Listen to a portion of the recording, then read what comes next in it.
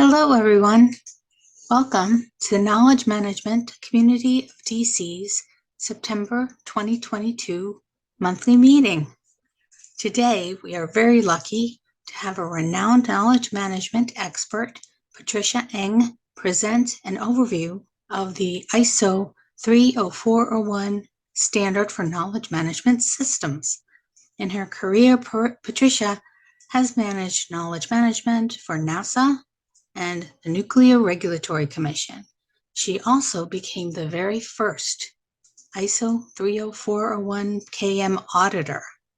Take it away, Patricia.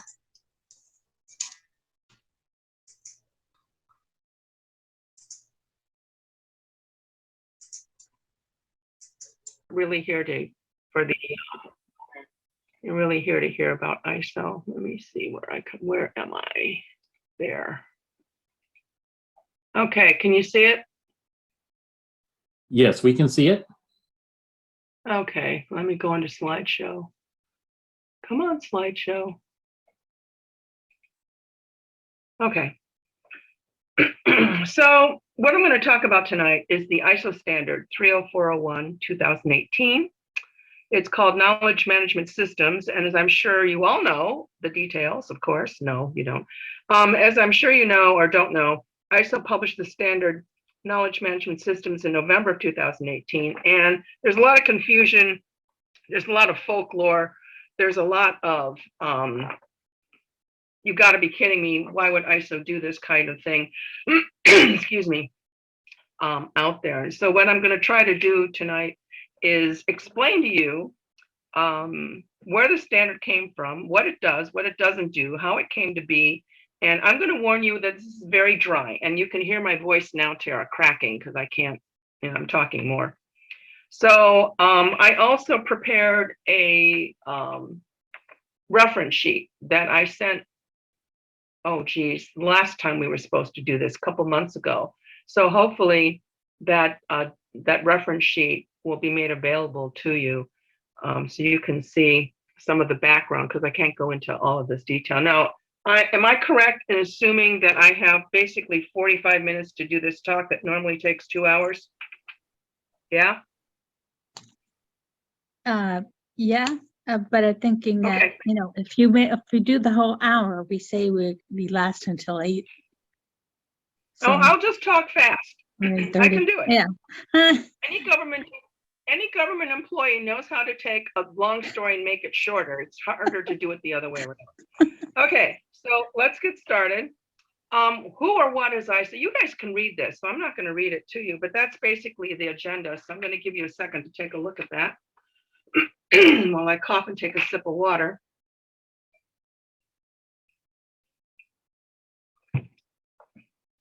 Okay, so ISO is the International Organization for Standards, and it actually began in 1926 as the International Federation of the National Standardizing Associations. And it focused mostly on mechanical engineering, but that was back in 1926. They were suspended from operating in, guess when, 1942, a little thing called World War II happened. And so they stopped doing what they were doing. But in 1946, they were approached by the United Nations and asked to form a global standards body. They began operations on the 23rd of February, 1947. There will not be a quiz on this, aren't you happy? And the first ISO standard, the very first one, was actually issued in 1951. It was called ISO 1:1951, the standard number first, and then the year that it was issued. And they set standard reference temperatures for industrial length measurements. Doesn't that sound exciting? The thing that's interesting is that standard still exists today, but it has a lot more stuff in it. And it's also known as ISO 1, the latest issuance with 2002. Today, ISO has members from 167 countries. ISO is the world's largest independent NGO, which develops international, this is key, voluntary standards. You do not have to take an ISO standard and use it as your own. I will tell you there's internationally agreed ISO standards on all kinds of things: terminology, compatibility, and interoperability, mechanical, electrical, aerospace, health and safety, and of course, the most famous one, 9001 for quality management systems. A central secretariat is based in Geneva, Switzerland. And yeah, I told you it was called the International Standards Organization for Standards, but somewhere, and I still haven't figured out when, they changed their name from the International Organization for Standards to ISO. And ISO comes from the Greek word isos, which means equal. So if you're ever asked to go on to Jeopardy, you know how they got their name. There are 3 different kinds of membership in ISO: full, correspondent, and subscriber. Each tier has a different level of access and influence over, excuse me, the ISO system, which allows ISO to allow people to get involved and included without being super involved. Let's go through these one at a time. The full ISO members influence the ISO standards and development strategy by participating and voting in all the ISO technical and policy meetings. They actively work on developing and revising standards. They also sell and adopt the standards within their own countries. How does that look? Well, in the United States, assuming that most of you, except for the gentleman from Toronto, where they have wonderful Chinese food, in the US, the standards body is ANSI, or the American National Standards Institute. In India, it's the Bureau of Indian Standards. In the UK, it's the British Standards Institute. And if you are in another country and you want to know which who in your country is affiliated with ISO, you go onto the ISO website and you click on members, and you'll find a list of countries. And if your country is a full member, it'll tell you who that organization is within your country. Correspondent members, they observe the development of ISO standards and strategies by attending the meetings, but they only observe. They don't get to play. They are usually national entities, and they generally adopt the ISO standards nationally. Remember, these standards are voluntary. Okay, so just because they adopt the standard doesn't mean that you have to follow it. But if you wanted to go to your national authority and say, hey, I want to build a bridge, do you have any standards I should follow? They will tell you, take a look at these ISO standards, and they'll give you a list. Subscriber members, they just kind of follow the ISO work, but they don't participate in it at all. They also don't sell or adopt the standards. Now, how does this look? Well, here's a map. The blue ones are the full members, and you'll see it's the vast majority of the countries in the world. They're not only called full members, they're also called member bodies. Okay, and so for us here in the States, it's the American National Standards Institute. There are 37 correspondent members, and they're shown in orange. Remember that they don't participate, they observe. And the subscriber members keep up to date, and they don't participate either. There's only 3 subscriber members because I don't think you can see them on the map. And when I tell you who they are, you'll figure out why. Belize, Antigua and Barbuda, and Sao Tome and Principe. So they're really small. They're not going to show up on this map very well. There's also some countries that are not involved at all with ISO, and they are, there will not be an exam, but I found the list very telling when you see who these people are. Greenland, Venezuela, Suriname or Suriname, I don't know how to pronounce that. I should have looked it up, but I didn't. Western Sahara, Guinea, Liberia, South Sudan, Central Africa Republic, Yemen, and Djibouti. Okay, so let's talk about standards. The ISO standards cover, you wouldn't believe how many things they get their little fingers into. But to give you an idea as to why it's important, I bet every single one of you has a cell phone. In fact, Tara told us earlier that she's using her phone to attend this meeting. There are over 500 standards requirements that apply to cell phones. Adoption of the ISO standards is voluntary. That is, manufacturers don't have to adopt them, but if they do, and if they say that they do, people from around the world are going to know what to expect from the products or services that were produced under an ISO standard. Since there are international standards governing cell phones, the manufacturers know what they need to do to make a phone that'll work more or less anywhere in the world. And cell service providers also adhere to the international standards and regulations regarding the operating frequency range for these devices. If those standards did not exist, a phone made in one country might only work in that country and not be compatible with that of another country. Now, that isn't to say that doesn't happen. I think we've all had that when we travel. Sometimes they have different, I don't know, they just work differently. Anyway, but it's much less likely if the manufacturer adhered to the applicable ISO standards. So I've listed the 3 most famous standards here. I think most people have heard about 9001. And then there's information security management, and then occupational health and safety. And as part of their focus and purpose, ISO issued the one we're interested in tonight, 30401, Knowledge Management Systems. How did they do that? Well, let's talk about how a standard is developed. The first thing that happens is somebody says, hey, I think we should have a standard that does X. So they propose a standard, they submit the proposal to the ISO organization in Geneva. Geneva sends something out to all the member states and the correspondent states, and they say, hey, there's a request to develop the standard. What do you think? So the member countries get to vote, and 75% agreement is required for a new standard to move forward. So that tells you that 75% of the people who could vote on a standard decided that, yes, we need a standard for knowledge management. Now, there are cases where standards are not approved. When that happens, nothing is done for obvious reasons. But if a standard is approved, then the member states get to decide if they want to join a working group. The working group is formed from experts in the member countries who are interested in developing the standard. And in the case of ISO 30401, there were 12 member countries who said, yeah, we want to work on this. Now, before we go much farther, let me tell you that ISO has 2 kinds of standards. They have requirement standards and they have guidance standards. Guidance standards do exactly what they say. They contain guidance, information that some believe is helpful to organizations who want to implement the other kind of standard, requirements. You got to be careful though.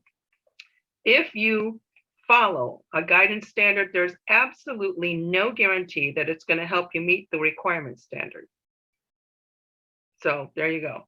It is the requirement standard that defines the ISO requirements, and the KM standard is a requirement standard. It is not a guidance standard. So if you adopt it, you got to meet all 135 requirements in it. And don't let that number freak you out. If you saw the standard, you say, oh yeah, okay, fine. Some of them are pretty, what's the word, banal? Is that the right word? Anyway, some of them are really, really easy.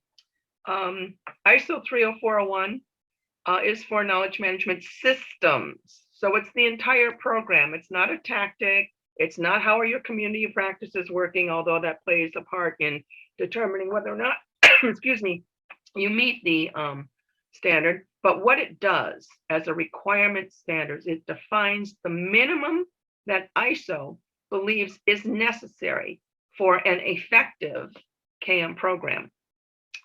So you got to remember that requirement standards are actually international consensus standards. They're not the view of one country, not the view of one consultant, not the view of one organization, but of ISO members from different countries, different industries, and different philosophies. As you can imagine, on average, working groups take a long time to develop a standard. You don't just sit down and say, well, this is what we're going to do. It generally takes 3 years. Sometimes it takes 4, but that's kind of rare. The first year or 2 is usually spent preparing a draft of the standard. And if any of you have participated in writing requirements or following the development of laws, this is not a pretty process. It's very time consuming because people from different countries and different views all have to sit down and agree on the content and the requirements of the standard. You guys are KM people. Excuse me. So you know that everybody in KM has a different view of what is good KM and what is not good KM. Matter of fact, some people argue over what is knowledge. So anyway, once the working group has finished the draft standard, they then submit it to their technical committee. The technical committee for the knowledge management standard. Now, don't take anything. Don't make more of this than it is. The group that decided to oversee the development of the knowledge management standard was Human Resources. And I'm going to tell you, and don't you dare tell anybody else, that IT, the information technology people, they really wanted it. They wanted to deal with knowledge management because, as we all know, IT knows everything about knowledge management. And Human Resources put their foot down and said, no, we're taking it. You're overworked anyway, wearing all these frequencies, and we'll take it. So, I mean, there was a little bit of jockeying for who would oversee the development standard. Human Resources won.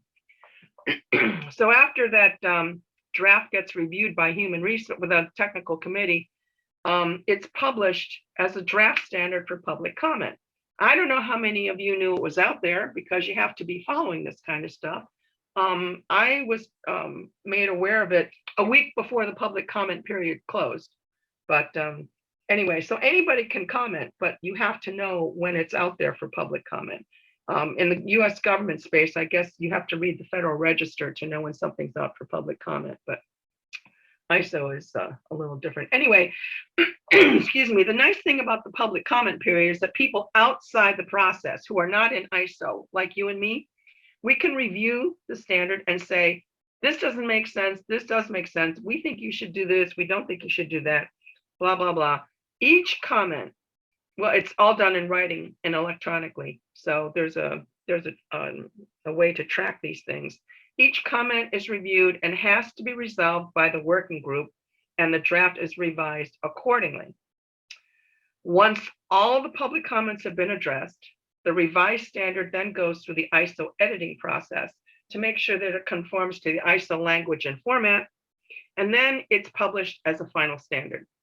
So it started out in 2014 with the, we think we should have a standard, and there was a little bit of should we or shouldn't we, what are we going to do about it? But the standard was actually published in November of 2018. Now, what difference does it make? Well, the benefit of an ISO standard is that, first of all, it's international. Second of all, it's consensus-based. Third of all, it contains what I would call the minimum requirements and direction that one has to follow in order to create what ISO believes is a good KM program. Because it's a standard, an international standard, they define common language and an understanding of what is and what is not acceptable.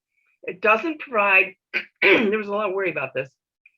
It doesn't provide any suggestions for how you do your program, what you should do to improve it, and it doesn't tell an organization how to meet the standard. It just contains requirements that have been vetted by an international group. The standard defines what I would consider to be pretty clear requirements. You either meet the requirements or you don't. And contrary to maturity models, you don't get extra credit for going beyond the standard. So let's talk about maturity models, because a lot of people are confused about this.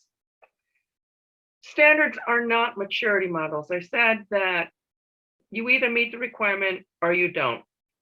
Now, there are a number of organizations out there who have created maturity models for improving various programs. There's one for software, there's occupational health and safety, there's all kinds of them. And as you know, there are at least 2, and I think 3 maturity models that are commonly used in the KM world.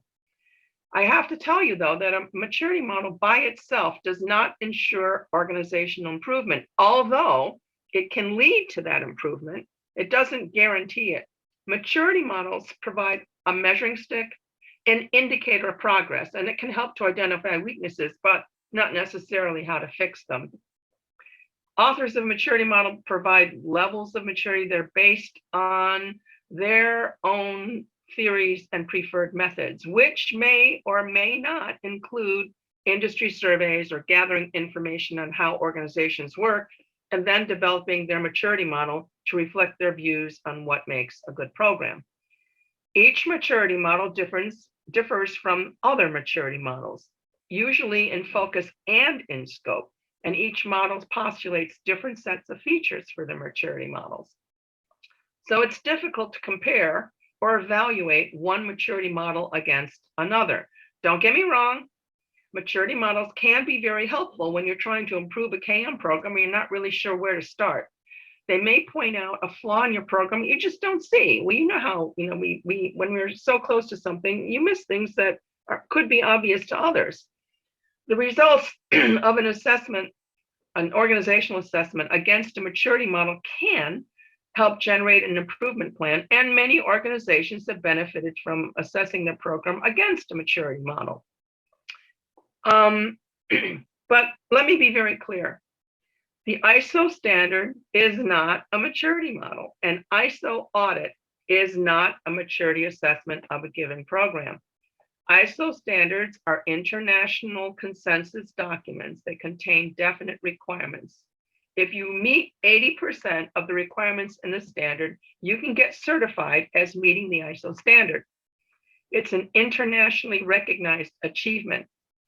But now this is kind of interesting. If you get certified to the ISO standard, that doesn't mean that you can call your program a mature program, because in order to do that, you have to pick a maturity model and get assessed against that maturity model. So I've listed some of the attributes of each one of these critters on the slide as food for thought.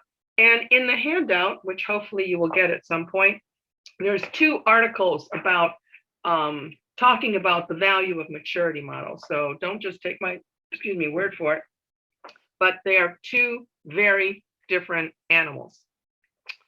Okay, so this is the actual timeline for how ISO 30401 was developed. There were 40 experts from 12 countries, but this was such an interesting standard. There were delegates from the parent committee, read that to be the technical committee, and members of other working groups and representatives of national standards bodies also got involved in producing the standard. And I think this is good because the goal, of course, is to reach consensus. So although it's difficult to come up with a single standard, it's good to see as many different viewpoints and hear many different ways of dealing with KM, and then refine it down to a standard that would be able to work under any circumstances for any size company or organization in any industry. And that's the goal of doing an ISO standard. The working group met over a 2-year period. They published the draft standard. There were over 400 comments. Each of the 400 comments plus were discussed at a final 3-day meeting of the working group. And from what I hear, I was not there, but I hear that that was a brutal meeting because some people felt very strongly about given issues and other people didn't, et cetera, et cetera. So they revised the standard, and there were a lot of changes to the wording and the emphasis, but there was nothing substantive enough to force a second round of public comments. So the standard was then formatted into the ISO format, and it was published in 2018. It was not they didn't go through unscathed. There were a lot of critiques. There were people who said, "Oh, you can't do a standard for KM. It's gonna be too prescriptive. You're going to write it so that contractor A will always get the contract, and you're going to say that we've got to do things in a certain way, et cetera, et cetera, et cetera." And if you don't know how ISO works, those are logical critiques. Some rejected the proposal just on principle because KM cannot be standardized, right? Some thought that the standard would be written to favor certain organizations like the KM Institute or CILIP, or name an organization that teaches KM, any organization that teaches KM. But this is an international consensus. It's got to work for everybody. So I just thought it was interesting, as some of the initial critiques were that the standard didn't go far enough. They wanted more detail and to tell people how to do stuff. ISO is an independent organization, and it will not endorse any one method, any one technique, and for sure not one consultant. So you're not going to get KM programs that look the same when you go from organization to organization, or what I call cookie cutter.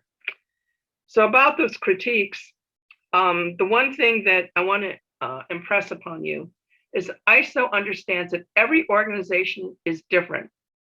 Standardized KM recipes do not work everywhere. ISO 30401 is designed to be applicable to everybody, and there are no recommendations. There is no cookie cutter method. The ISO standards define what is required, but not how you meet that requirement. How an organization chooses to create and implement their KM program is up to that organization. They have to design and develop their KM program to suit themselves. Okay. Another point, if you decide that you want to have an ISO audit done, make sure your auditors are independent. I am an ISO auditor. Okay. I don't consult with people whom I audit, and I don't audit those people whom I consult. That's a conflict of interest. And for sure, auditors should never compare company A to company B. They should only look at whether the organization that you're looking at meets the standard within that organization's context. And I'll get into that a little bit later. So the ISO standard defines the minimum, not what is best, not the only way. It's not a maturity model. It can be applied to any organization. And at this point, I got to tell you that you're going to say, well, Patricia, can I see the ISO standard? Yeah, but ISO makes its money by selling their standards. So as such, they have a prohibition about people giving others copies of the standard. They want you to buy it. So because of the international copyright laws for ISO, I cannot show you the standard. You're going to have to buy it or have your company buy it. I can talk about the requirements, but I can't go into any detail. You can buy a copy directly from ISO or in the States from ANSI or the standards body in your country. And I listed a couple before, but you can go on the ISO site, excuse me, and see. It's not that expensive. It's like $160. So, but if you buy the company version, which is more expensive, they allow you to share the standard with members of that company. So if company A went out and bought a company license, then they would be able to share that copy with their employees. Now, before you think about, oh, well, we'll just do that and make a copy. When you buy your copy of ISO, they print on the bottom of each and every page, this copy is licensed to, and they name you. So auditors can tell if you're making copies when you shouldn't be. Okay. All right. What is the purpose of ISO 30401? Well, this is their purpose. They're pretty general, but I want to highlight the third point. While the standard contains a lot of requirements, it's written so any organization can adopt the standard and apply it to their specific situation. Again, the what, but not the how. So if you remember nothing else from the 3-hour talk that I'm giving you, you'll remember what, but not how. So it doesn't endorse any specific type of assessment or evaluation, one consultant, et cetera, et cetera.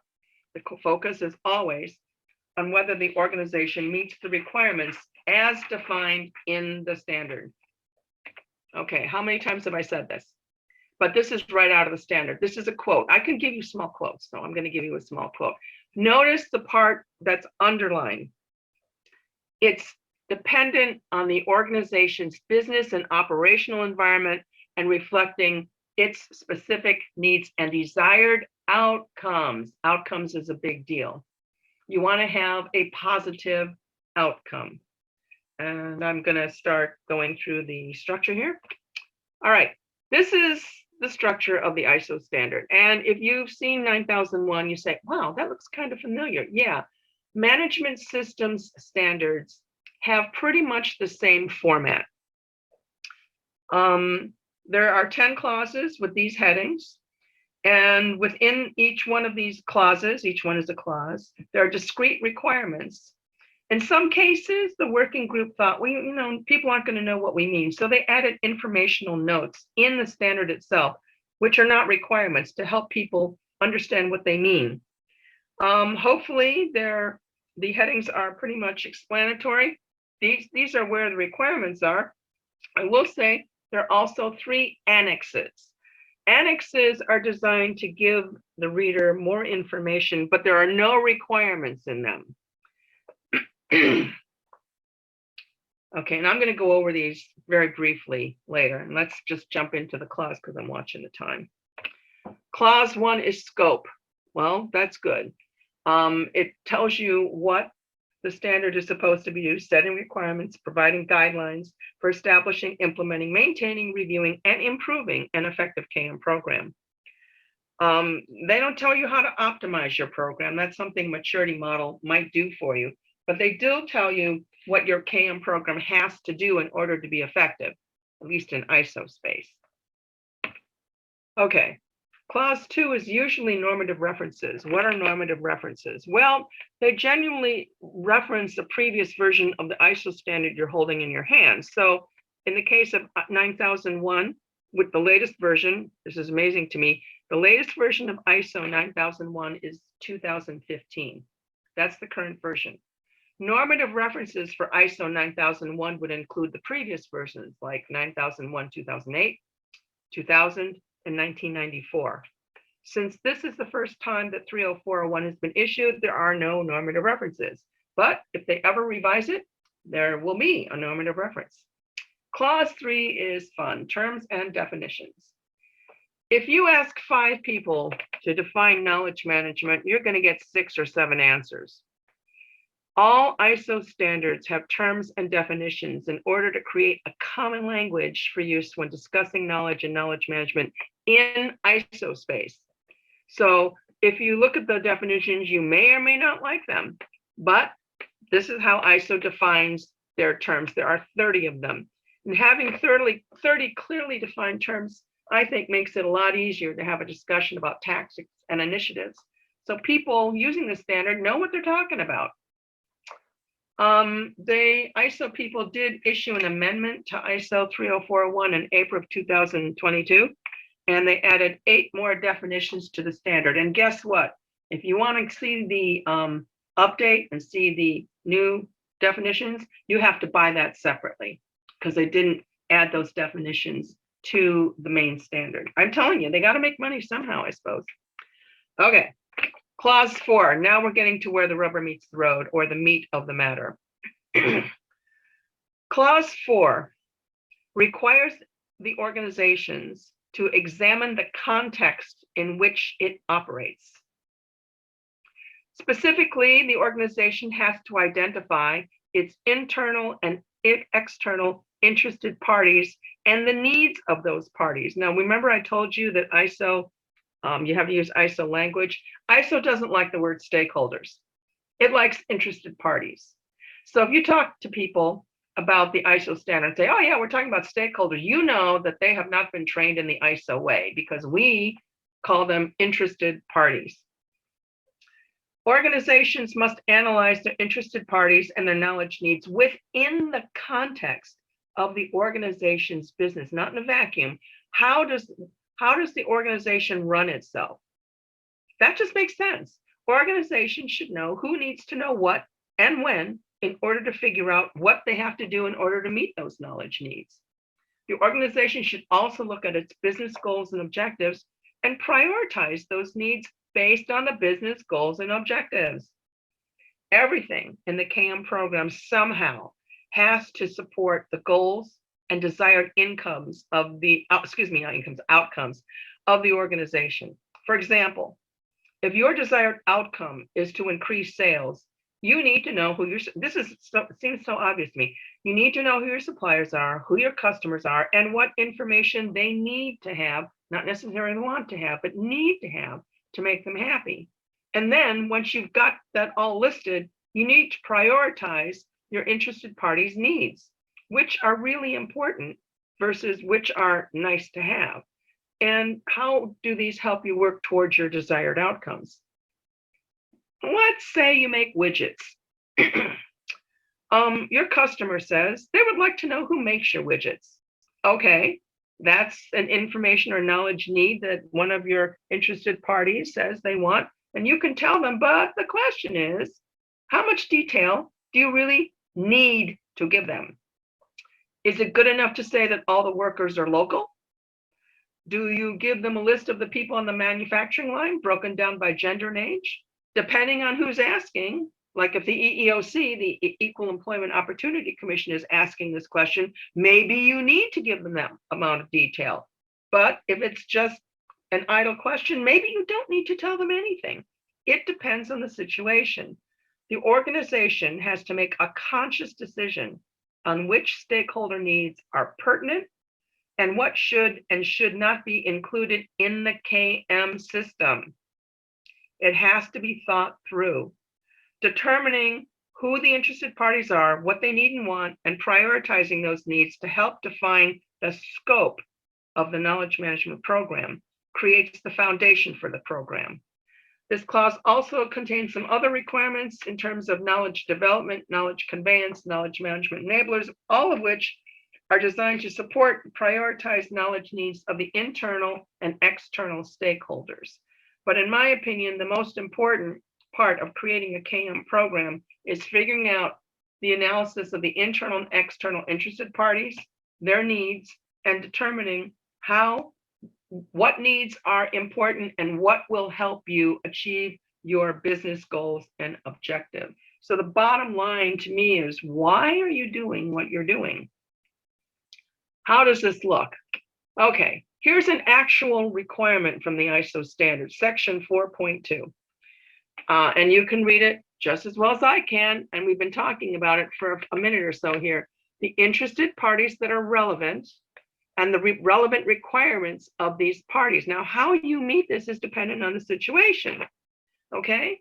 Remember we talked about purpose a couple slides back with respect to its own business and operational environment, okay? If you're a large company operating in several countries with dozens of customers, you may decide to do a comprehensive survey of those customers or of the people who interface directly with those customers, and then put it into an Excel spreadsheet, analyze it, go, do ranking and all of that stuff. I mean, depending on how complex the situation is, that might be the way to go. But if you are a small company with like 5 customers in one country, that's going to be a little bit too much. And maybe you could just talk to your sales force and figure out who your customers are and what they want from you, and then sit down and say, okay, this is what they want. And this is what we think is important. And this is what's going to help us meet our business goals and objectives. And this is what we're going to do. The scope and the amount of the detail of the analysis is up to the organization to decide. But the bottom line is you have to do some kind of analysis on who your interested parties are, what their knowledge needs are, and then tailor your KM program to address those needs. And if you're going for certification to the ISO standard, that analysis should be available for review. What I find interesting is the ISO standard does not require that this analysis be documented. But as an auditor, I'm going to tell you, if you don't document it, in order for me to figure out if you've done that analysis, I'm going to have to talk to a lot of people, and that's going to take a lot of time. So while it doesn't require you to document it, it might be helpful if you're seeking certification to document it. Okay, so that's clause 4, which is the foundation of everything. The next one is leadership, and I love this clause because we all know that top management support for KM makes a huge difference in how successful a KM program is. But do they know what they need to do? Probably not. Well, the standard tells them in plain language exactly what they need to do. And I wish I had this list when I ran my KM program. They tell them what they need to do, but they don't tell them how. Top management, and top management is a defined term in ISO space, is required to foster KM organizational values, ensure that the KM policy and KM objectives are established, ensure integration of the KM system requirements into the organization's business and project processes so that KM becomes the way you do business, communicate the importance of effective KM, and ensure that the knowledge management system achieves its intended outcomes. Outcomes, what are those? Oh, that goes back to clause 4, where the organization has to think about those outcomes and how they shape the KM program and its scope.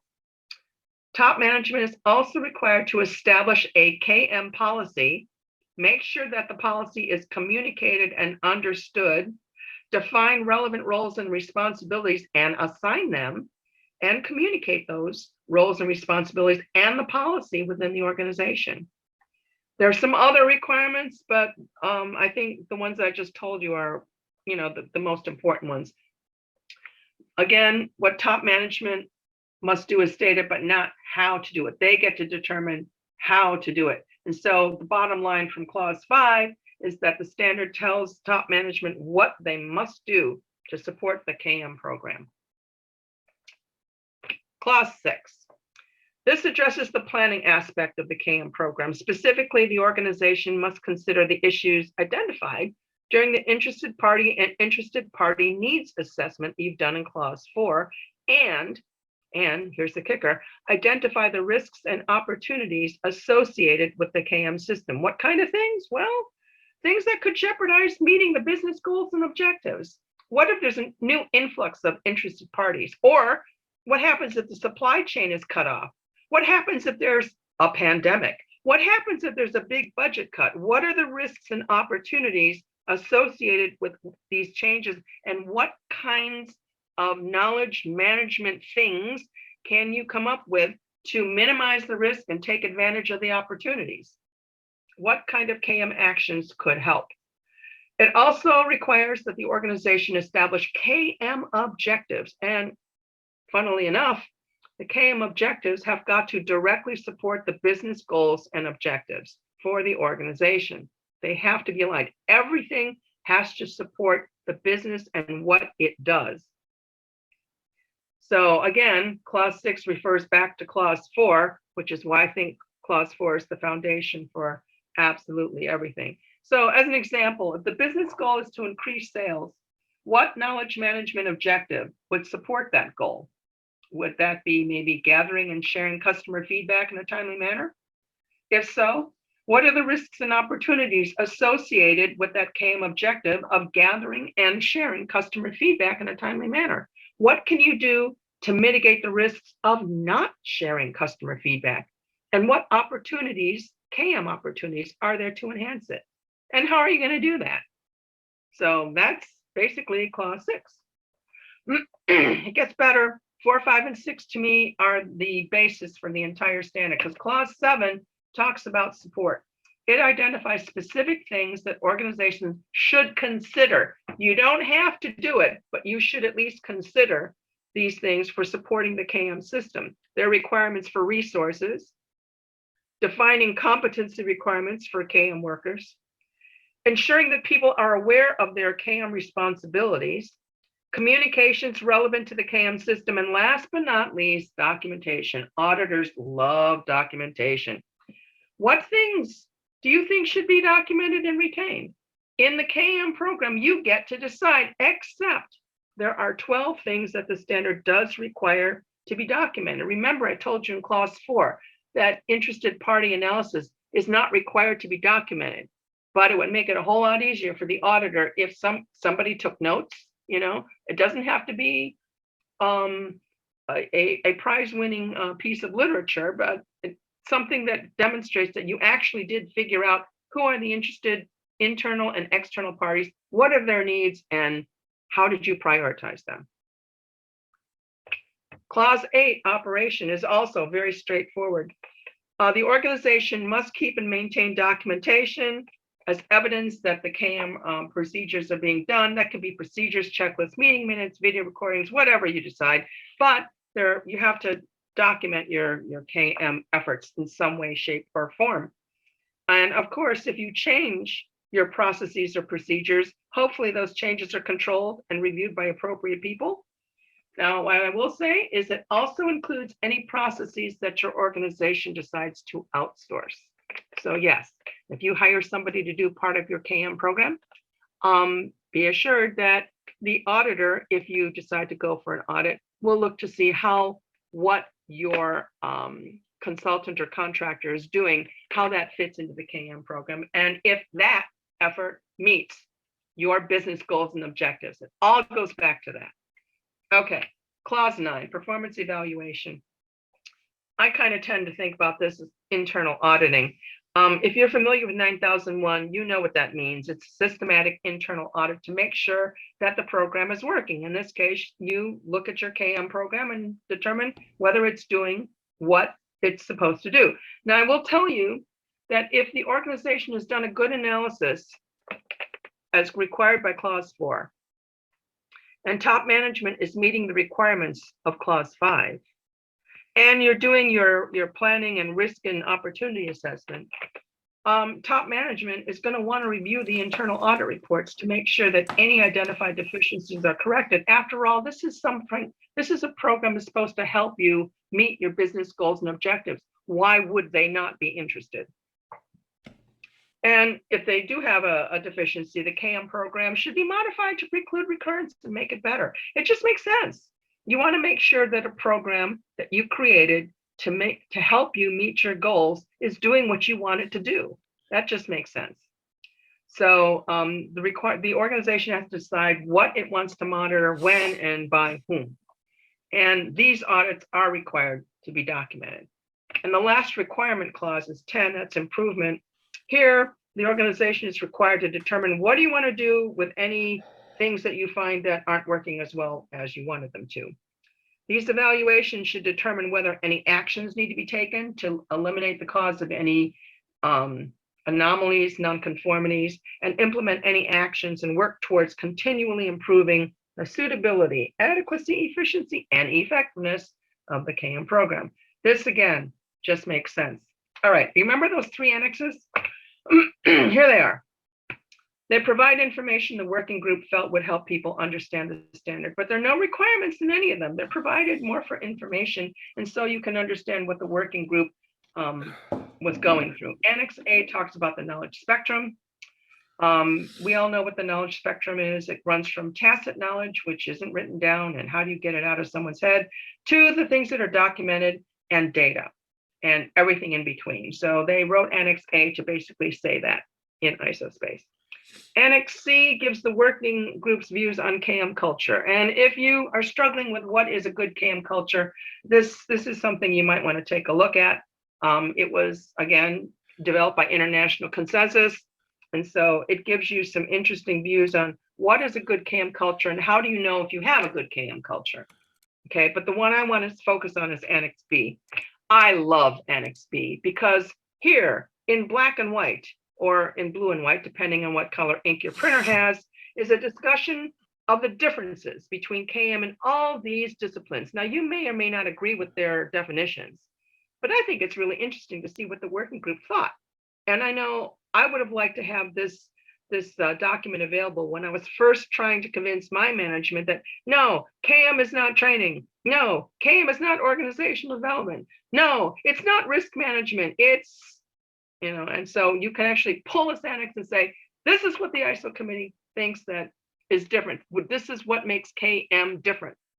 So that's what's in the standard. There are important points. Remember, adoption of the standard is voluntary. You do not have to adopt it. On the other hand, you could take a look at the standard and use it to examine your KM program to see if there's something mentioned that might make your program more effective. Would it help you to tell your management that, hey, for KM, this is what ISO thinks top management should do for a KM program. Maybe we should talk about things that you can do to help. Maybe in clause 4, if you've done some sort of analysis and you can point to, this is how KM is furthering the business objectives and goals. This is how we're going to get where we're going to go faster. And again, it tells you the what, but not the how. So these are the things we should be doing. Now, how do you, boss, think we should do it? You can also use 30401 for a program health check. And if you're going to do some of this stuff, I would suggest you use a certified, trained, independent auditor, of which there are very few, because very few people have gone through the ringer of getting certified to do this kind of thing. Okay, here are some of the organizations that have the accreditation to certify an auditor. I will tell you that only one of them has certified any auditors at all. Well, that's not true. There's 2 of them. There's the University of Texas Healthcare Management Institute, which actually gave up that capability. And I have formed a company. This isn't, I formed a company because nobody else was doing it and I couldn't stand it. So I actually can do it, but it is not an easy process. But I don't need to tell you about that. I will tell you that I sat for a 12-hour oral examination because I was the first, and they were trying to figure out what do we have to do to make sure that the person is actually good enough to do one of these audits. But nobody sits for a 12-hour oral examination anymore. It's just, I'm just glad that was over. The other thing too, to the best of my knowledge, there are 6 people in the world that are certified to do an ISO 30401 certification.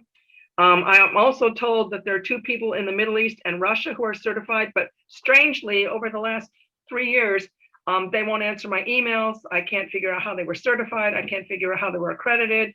But I do know that there are people in the Middle East who are certifying Middle East organizations.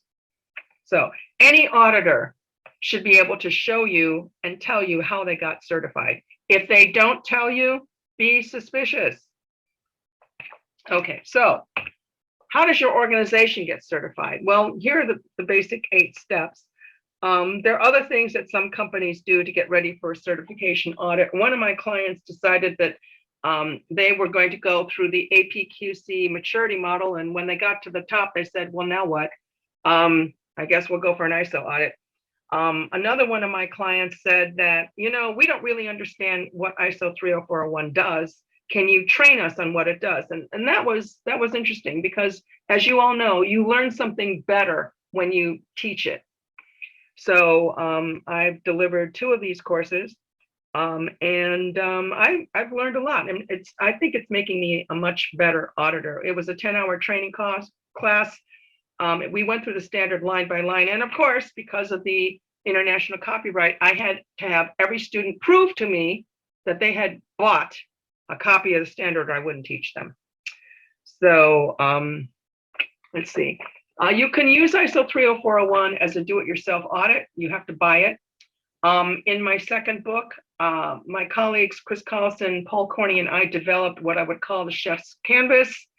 We did this before the standard was actually issued, but we took a look at the questions of what's in an auditor's head when they come to look at your program.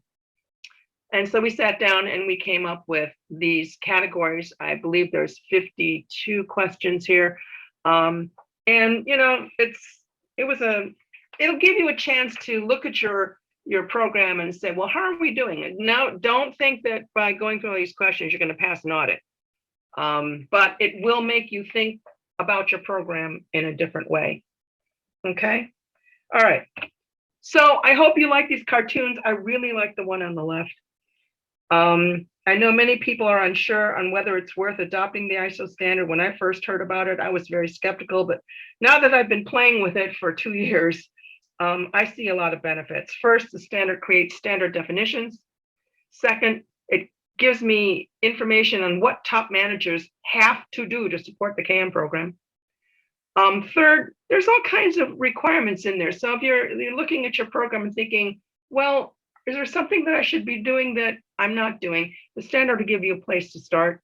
And the most important thing to me, it's an international consensus standard. It's not the views of one company, one organization, or one consultant. And so you can say, well, around the world, this is what ISO came up with. So the bottom line is, to ISO or not to ISO, that is up to you. And hopefully you know more about the standard, where it came from, what it does, and what its limitations are. And with that, I'll take questions. And nobody has anything. I want to go home. Everybody's asleep. You can go ahead and unmute yourself if you want to ask questions, or you can ask questions in the chat. And I think I see one question already in the chat for you. It was a little bit earlier. Patricia, what is a KM system and what is a KM program? What are the differences between them? It's the same thing. Okay. I mean, it's just different nomenclature. Okay. Oh, and looking at the chat, Monica, Simone Stega Rivas is in Colombia, the country. She is working with the UN doing information sharing in rural agricultural areas within Colombia.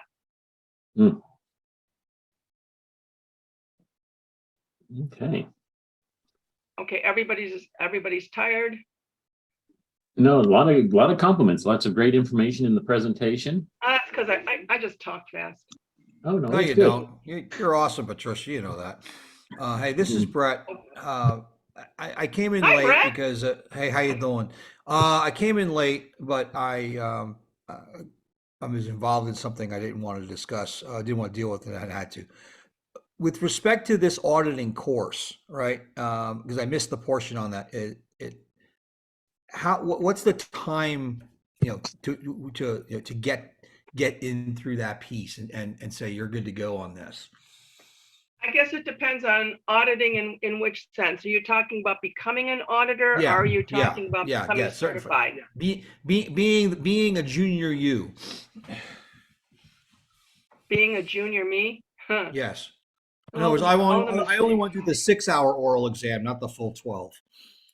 Well, actually, the oral exam is only 2. Do you know Karen down at she's a consultant for TradeDoc. Karen. Oh, what is her? Oh yeah, what is her Hokeman. last She's not there anymore. Yeah, we certified her. Really? She took the course.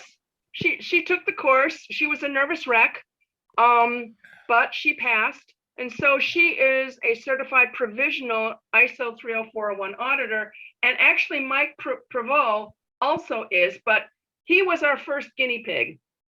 Yeah. And they both are certified, but they're not fully certified, because in order to be fully certified, they have to be observed by a senior auditor. That would be me or Ron McKinley before Right. they can go out on their own. Yeah. Well, cool. Well, let's set up a chat, you and me. I'll tell you the rest of the story on that situation. It's ugly. Yeah, are you going But- to KM World? Maybe. Because I thought, isn't Mike presenting? No, we're not presenting this year. Oh, okay. Well, yeah, maybe let's get together sometime and discuss Yeah. that. But you can talk to Karen about the grueling, the exercises and the questions, and Yeah. it's not an easy thing. It shouldn't be an easy thing. It should be, it should be something that means something. Yep. Oh, I get that. I'm down for the sickness. I want to shave my head, scream and yell, and sing the Ranger Challenge. So let's do it. But Okay. So when you go to organizations with this, right? Yeah. Are you conversing with the KM leader, or are you going VFR direct to the organizational leader first? What's the approach that you've seen makes more sense, generally speaking? Well, let me tell you how the clients that I have gotten, and what is amazing is they come to me. I don't go out and look for them. First of all, I should tell you all I have a website. I should put that in the chat, right? Monica, to answer your question, I just use different synonyms: KM system, KM program. I don't mean to make them sound like they're different. Okay, so where's the website thing? That's the HR thing. Yeah, it's KMHR. Yeah, Systems, I just dropped a note to you that way. Yeah, systems auditors. Yeah, I am not a consultant. I have never been a consultant. I don't know how to sell myself. Hang on a second. There. Yep. I'm just a humble young auditor that used to inspect safety systems. So they usually what happens is somebody who runs the KM program comes to me and they say, well, let's talk about it. So we talk about it. I give them basically the presentation I just gave you guys, except for I have a short version and a long version. You guys got the medium version. And at the end of it, I say, I got to tell you, this is going to make you really look at how you do business and determine whether or not you would meet the ISO standard, but you don't have to. Okay, you don't have to. So then they go away, and then eventually they come back and they say, we think we want to do it.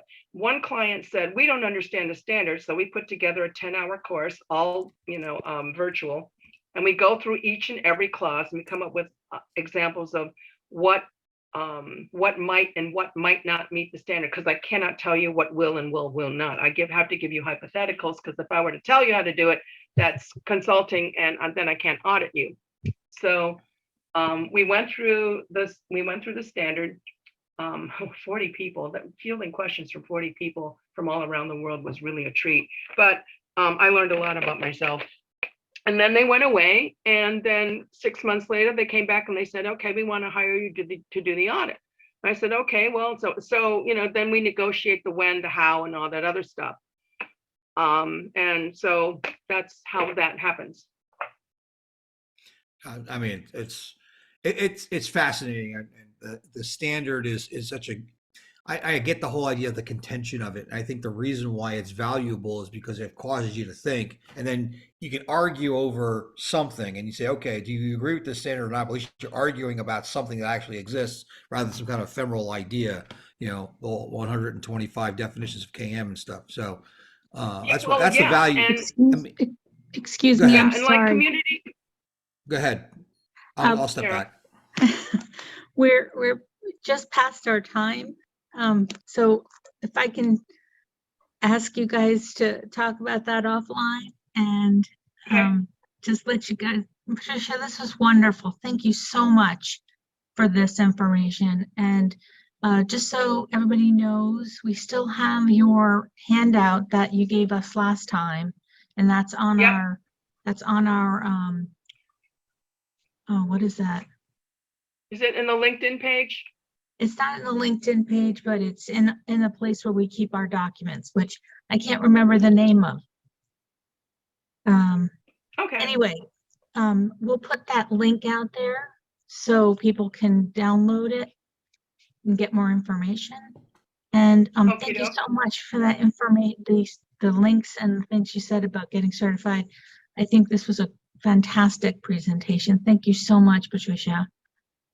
Tara, you're very kind. Take care, Patricia. I dropped you a note on LinkedIn. Just we can go direct. Thank you for watching KMCDC's presentation. Hope to see you at the next monthly meeting.